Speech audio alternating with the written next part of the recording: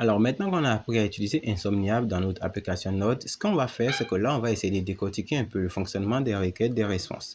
Donc si je vais d'abord masquer ça, et là, je vais venir là au niveau du premier middleware qui est appelé.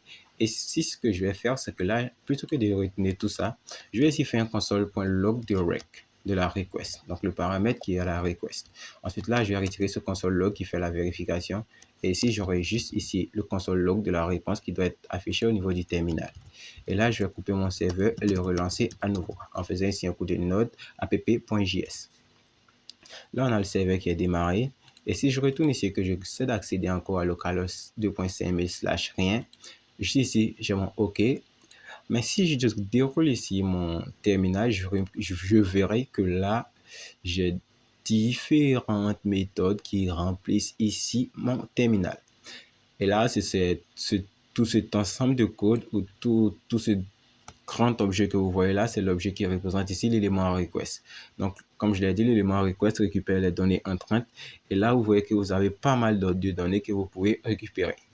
Et ici, tout ce qu'on va faire ici, c'est que là, on va juste enlever ici le console.log. Et ici, là, on va venir faire if. On va lui demander si la requête entrante est de type get. Alors, on va juste faire ça. On va continuer. Et ici, on va mettre ici un console.log. La méthode est de type get. Et là, je vais retirer ce console log de la request que j'avais mis là. Ensuite, là, ce que je vais faire, c'est que je vais recouper ça et je vais encore réexécuter mon application Node.js. Et ici, je fais une vérification pour s'assurer que la méthode d'entrée, c'est-à-dire cette méthode qu'on choisit ici, quand on essaie d'accéder à une URL, on peut accéder à une URL avec la méthode get, la méthode post, la méthode put, la méthode patch et la méthode delete. Donc ici, on fait une vérification sur la méthode et on essaie de s'assurer que la méthode qui est entrée est égale à la méthode get. Donc là, je pense que get est ce qui va la reconnaître. Et si je ne la mets pas en majuscule, bon, d'abord, on va tester ça, voir. Et si on clique ici sur send, on aura un infinite loading. Et là, on n'aura rien parce qu'ici, il ne reconnaît pas la méthode comme étant la méthode get. Donc là, je pense que la méthode, ça doit être en majuscule. Et là, je vais redémarrer mon serveur et retester.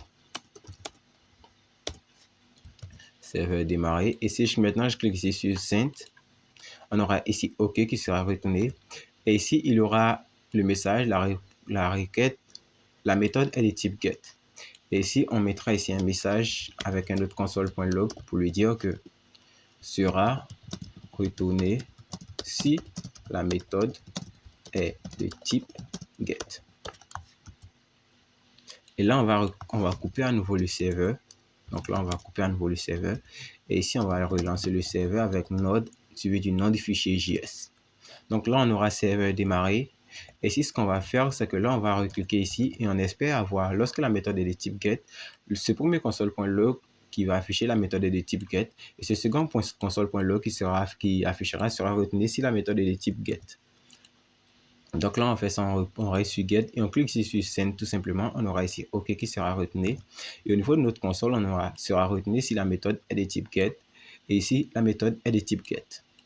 Maintenant, là, on va venir tester autre chose. On va essayer de lui envoyer une méthode qui n'est pas en get. Donc là, je vais encore couper mon serveur et relancer mon serveur. Donc, ne vous en faites pas. Couper le serveur, relancer votre serveur, ça va vous permettre de vous habituer car plus tard, on aura ici un outil qui va le faire automatiquement pour nous. Donc là, on va continuer sur notre test. Et ici, ce que je vais faire, c'est que je vais mettre en méthode post ou n'importe quelle méthode sauf get. Et ici, je vais cliquer ici sur send.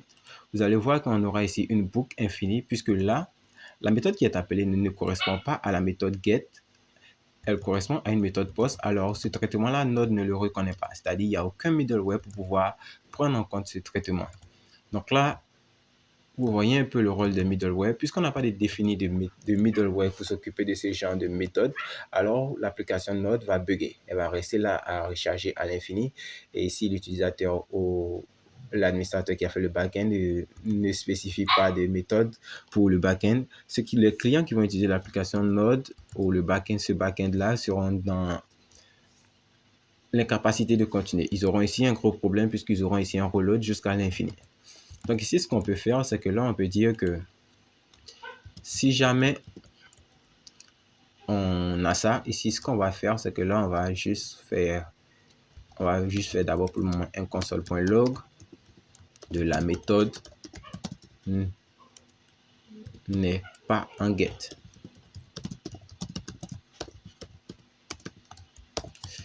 Ok, donc là, on recoupe encore le serveur une nouvelle fois.